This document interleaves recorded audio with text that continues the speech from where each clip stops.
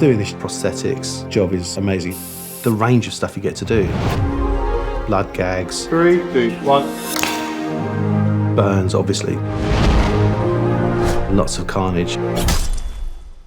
A little bit of everything.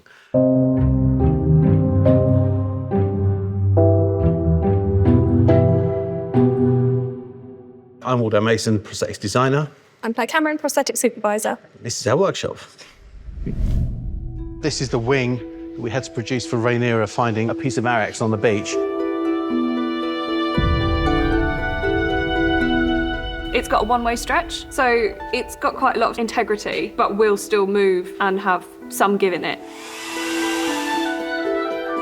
And we had to fit it within the fishing boat, which hadn't been decided when the sculpting started. Making it foldable just means that we've got options for the director to just have a little play.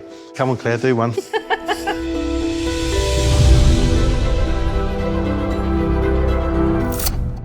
So these are our stage one rat catchers. Thanks, Claire. This is William O'Toole.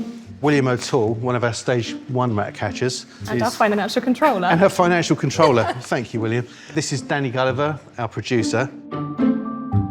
This is Jamie, our Head of mould shop. Head of mould shop. And then finally, Steph from props. We had them in the scanning tent.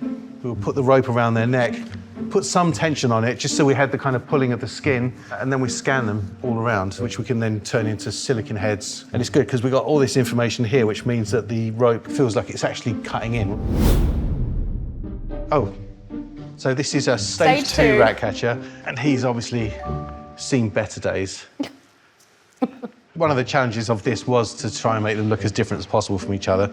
So we kind of tried to sell the gravity kind of working its magic on the bodies and just having big open pockets of skin that are hanging open. And it also gives us an opportunity to put maggots or anything in there. And then our stage three rat catchers, they're mostly bone and slime. At that point, it's really down to costume and wigs to try and work the continuity, because the faces are beyond recognition anyway. And that leaves us with the burnt bodies from Rook's Rest.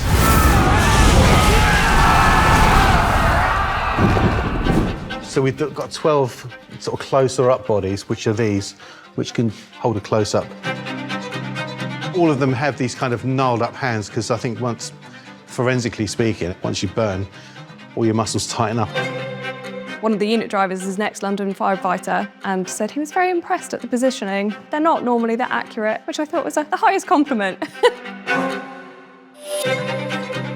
So these are our the moulds that we've used to produce everything we've been talking about today. This particular guy has his head smashed in at Rook's Rest.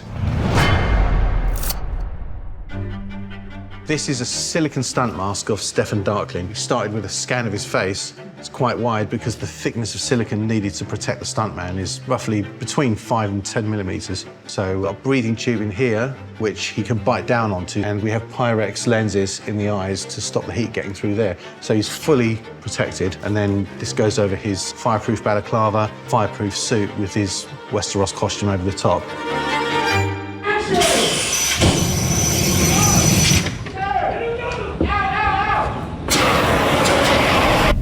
Here is what we call a continuity bust. We've got a record of the level of burning. We've left Aegon, and we're on episode 8. These pieces down here are the blistery parts that would just go on in isolated areas.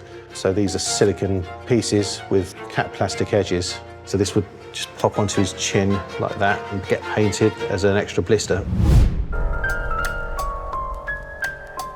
This is one of our featured dead guys for the vision sequence, Peter Liddell. He had all these pieces on, so forehead, chin, back of head, neck, chest, top lip, ears, and these teeth are kind of external teeth, so his own teeth fit into here.